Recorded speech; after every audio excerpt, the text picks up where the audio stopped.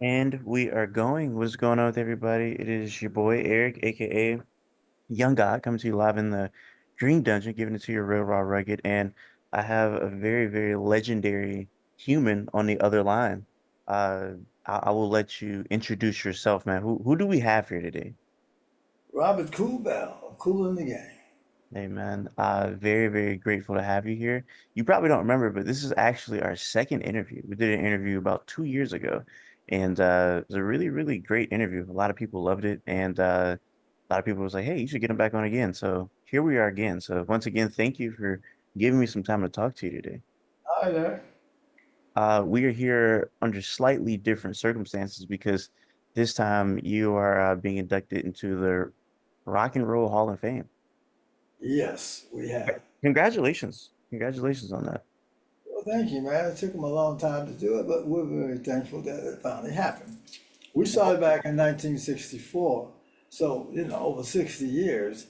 And it's about time that they finally inducted us to the Rock and Roll Hall of Fame. After all, I was born in Youngstown, Ohio. I Mm. can damn near walk to Cleveland. Come on, man. Why so long? Okay. What was your initial reaction when you found out that it finally happened? I felt very good about it. But on the other side of the fence, my partners, the original members of Kool and the Gang, which we started off with seven. We call ourselves the Magnificent Seven. I lost all six. All of us wanted to be in the Rock and Roll Hall of Fame. All my partners have passed. I'm the last one, you know. So that's somewhat, I wouldn't say bitter, but that side of it, I would have loved for them to be here with me, to be there with me when it's going to be happen. But there's one other member who was with me in the '80s, and that's James J.T. Taylor. So he will be with me uh, uh, when we do the Rock and Roll Hall of Fame. He's the one that did most of the lead singing. Yeah. Yeah, I know he ended up doing the lead singing when you guys started doing a lot of vocals in like the 80s or whatnot. And like I said, we did an interview a few months ago, or not a few months ago, a few years ago actually. And I didn't get a chance to ask you this. And we talked a lot about your jazz stuff, like the very beginning, the Sea of Tranquility things. And I was very curious at the beginning. So this is before JT ends up in the fold. When you guys ended up switching from doing jazz, was the next progression, was it funk music? Was that the next step for you guys, funk, after you kind of stopped doing jazz? It was kind of jazz and semi funk at the time. Hmm. We were called the Jazziacs in 1964. And we had love for a lot of different jazz musicians, like my brother, John Coltrane, D.T., Cannonball Adderley, Spike Mickens, Freddie Hubbard, Richie West, Herbie Hancock, Charles Smith, Wes Montgomery, and myself, Ron Carter, and my drummer, Philly Joe Jones. So that was the jazz side of it all. We used to play at a place in Jersey City. It was like a church on one side. They had a small theater, and we used to play over there. And you have people like Pharoah Sanders would come through there, and a lot of other musicians. And so we would play a little bit of the jazzier side of what we came up with in terms of songs that we wrote, and a little bit of funk. But right after that, we went to the Soul Town Band. The Soul Town Band was trying to be like the Motown Review, meaning, no, we were the band. The organization was called the Soul Town Review. Hmm. Soul Town Review was trying to be like the Motown Review. Hmm. So we was the band, and we'd play every twice a month, and we would have to play songs that was from Motown, like Temptations, and the girl. If it was a girl group, they would sing stuff by Diana Ross, etc., etc. But we also used to do some James Brown stuff, a part of this whole Soul Town review. So now you got jazz and funk mixing together. We moved on. We moved on to Kool and the Flames. Now, James Brown group was called James Brown and the Famous Flames. Hmm. Our manager at that time was putting things together. he also, his father had, worked with James Brown. So he came back to us. He said, listen, guys, you cannot use the famous flames. We don't want to have any problem with the Godfather. So we said, oh, what should we call ourselves? So between Gene Red and ourselves, he said, let's call ourselves Kool and the Gang. 1969, we released the first single called Kool and the Gang. And that single went top 40 on the Billboard charts. And then that's what happened. Everything was Kool in the Gang. All the way up to when JT joined the group um, in 1979, and we came out with a lead singer. We did not have any lead singers at that time. It was more group singing, chant singing. And then, of course, when James Taylor joined the band, we wanted to have a lot of hits in the 80s. Yeah, so during that time where you're just a jazz group, then you become like more jazzy funk, then it becomes like a funk group, then it kind of becomes like a disco group, then it's pop stuff when you have like people like Diodato. I know he gets involved sometimes like in Yes. the mid 80s and like late 70s. I know Diodato helped a lot. Yes. So before that, when you're just a jazz group, and you start to transition to another genre, did your fans that knew you from jazz, do you feel like they transitioned with you guys, or did you just gain a new fan base? Because I'm always curious of that. Because, like, let's say with hip hop, when somebody has a style that they usually do, and then they go completely to a different style, their original fan base may be like, ah, we don't like this style. We want you to do this style. So I was curious, did you guys experience that, or did your fan base follow you along through you think every like step of genre that you guys did? Well, when we were the Jazzy Acts, it wasn't that much of a fan base. Mm. What it was that we'll play a local club, like the Kenya Club or a place in Newark. And the people that came to the club were like our fan base. We didn't have a fan base yet. We have people that love music. See some young boys, 14, 15 years old, playing what we did. We were like a surprise. What? Okay. The fan base came later, you know. And like even so like when you are kind of like have because I would say like your guys' band definitely for that time period, like for a black band, I feel like y'all had the most uh evolution. Like I feel like a lot of like bands, they kind of had like their sound throughout their entire career. I feel like you guys had different sounds. So like when you guys, and it seemed like you guys kind of like adapted with the times almost. So as an artist, not like a businessman or anything, did you guys have any attachment, strong attachment to certain styles that you guys did that you didn't want to leave, but maybe they weren't as popular as they once were? Or did you guys have no problems kind of adapting with the times? Well, we adapted with the time, but the styles really came from, the different musicians that we listened to during Jazzy X Soul Town Band. Like I said, like you might hear a little Freddie Hubbard and Spike taking the soul. Mm, And my brother loved John Coltrane. mm. You would hear Coltrane and his stuff. Ricky West with Herbie Hancock. So that was a part of our evolution. Then backing up Motown acts. We recorded Since I Lost My Baby on our first album. Then came a mixture of that. Then came something like Sea of Tranquility that D'Angelo covered. Uh, Giving Up to You, whatever, he sampled that song. It became a big record for him. So it was that kind of thing moving through the 70s. And then, of course, the 80s were the 80s. Yeah, and like I said, the 80s were that's where the chart topping hits that everybody know, and a big reason why you are being inducted into the Rock and Roll Hall of Fame, which Right. is that's a crazy that's just like such a big thing. Like that's really really cool, and it's I feel like even beyond the music that you guys made, I feel like the inspiration that you guys have given other people have also probably led to that because if I'm not mistaken, you guys are like the most like sampled band in hip hop history. Yes.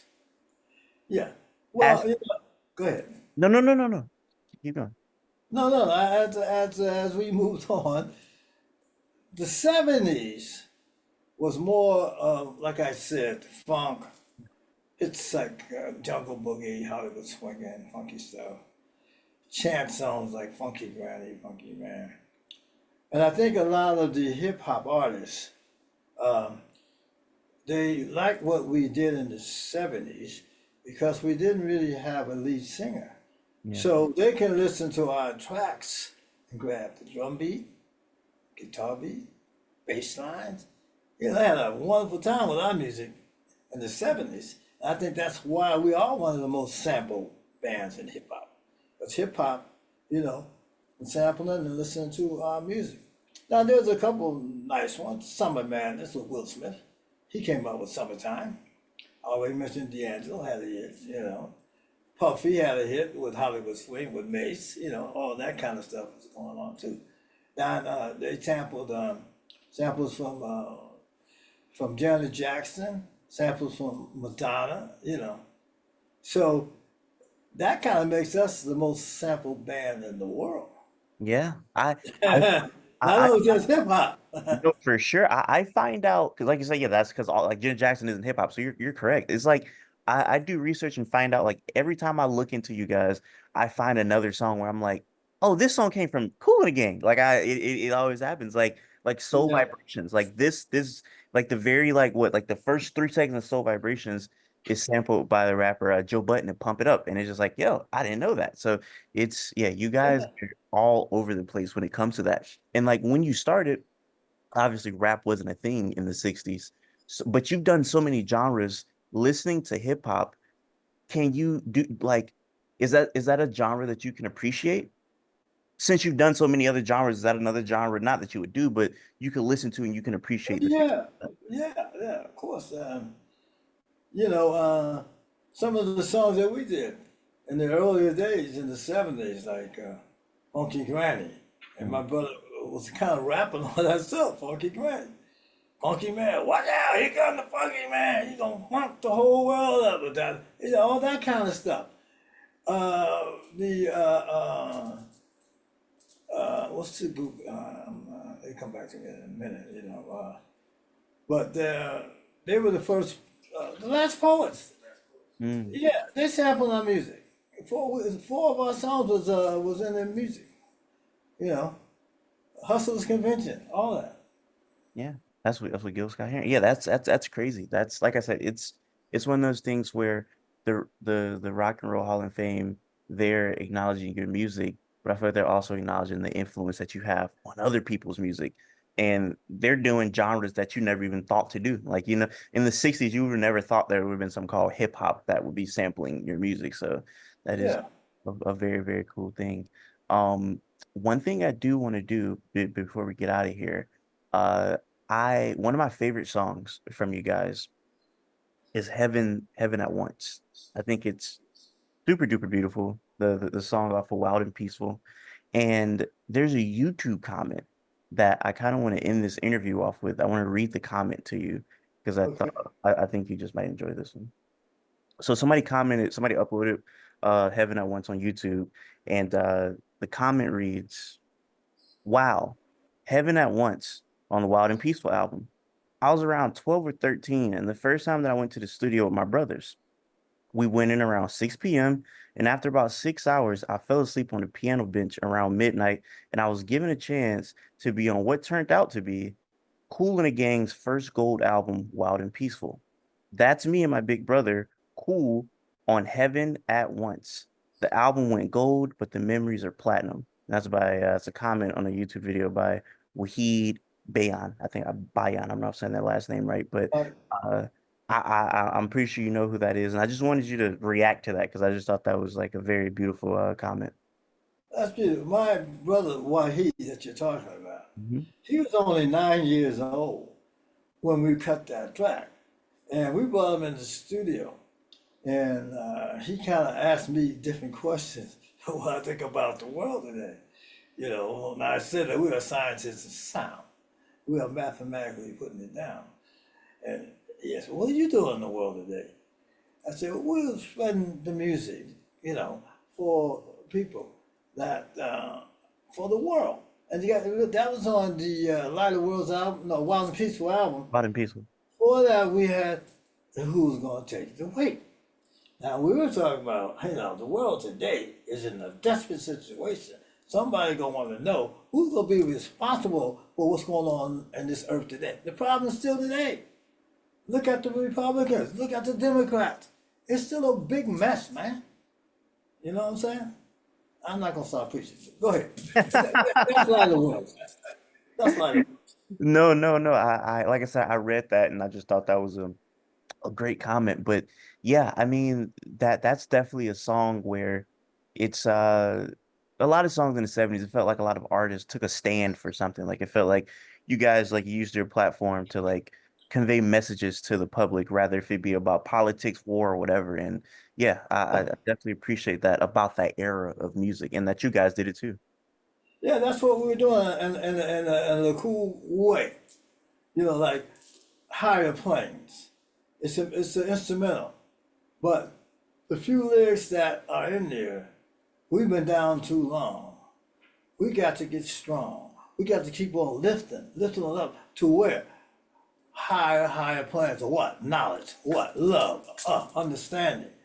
As a people, we had Let the Music Take Your Mind. Love and Understanding, which was sampled by Kid Rock. I Mm, don't know how many people know that. He sampled a piece of Love and Understanding. mm. So we were kind of like behind the scene and on the scene. And the only ones who can look at where we were coming from, the ones who dig deep to what we were saying. Say, oh, that's a funk band, that's a disco band, that's a this band, that's a that, da da da da. They didn't know what we was laying down, man. Hey, but that's my point. People hear it now, and that's all that matters. And I, Yes. I know you have a very busy day coming up ahead of you. So if anything else is going on, please let it be known. Any future projects or anything else that we missed out on, the floor is yours. Please let it be known to the I'll people. make it quick because you're looking at me right now. On the right, you see my champagne. It's called Le Cool Champagne. 10 years ago in Paris, 20 sold out shows. The promoter comes to me and said, listen, you know, would you like to sell some champagne? I'm doing something with the late Barry White and one of the Bee Gees on your tour. I said, well, no, my fans not going to want no champagne. They're going to want T-shirts and caps and autographs. But when I told him, I said, I want to get on the shelves. So he looks at me like I was crazy. You want to get on the what? I said, the shelves. I said, like Dom Perignon, Cristal, Dom Renard, Berkey Clos, up and Epernay. And that's when I came up with the name. They're cool because I wanted to have a French vibe to it as part of my name. And Mm. that's when we cut the deal with the Versatile family up in Epernay. And then we came out several years with Cool Champagne. And right now, doing pretty good. We're on cruise ships. We have a residency in Vegas now at Westgate. And we got a lot of other big things for next year for Cool and the Gang and the Cool Champagne. All And the right. last time people said we timeless, right? We have a watch with Boulevard Alcatraz. Mm. Yeah, we are timeless. Mm. It's coming out too. Okay, that's it for me. Hey, and there it is for everybody watching. I appreciate you guys. Y'all go get some of that cool. I think I said that right. That cool. Y'all feel a little French when y'all drink that. Until next time, Okay, say what I mean what I say. Haters gonna hate, players gonna play. You guys holler at your boy.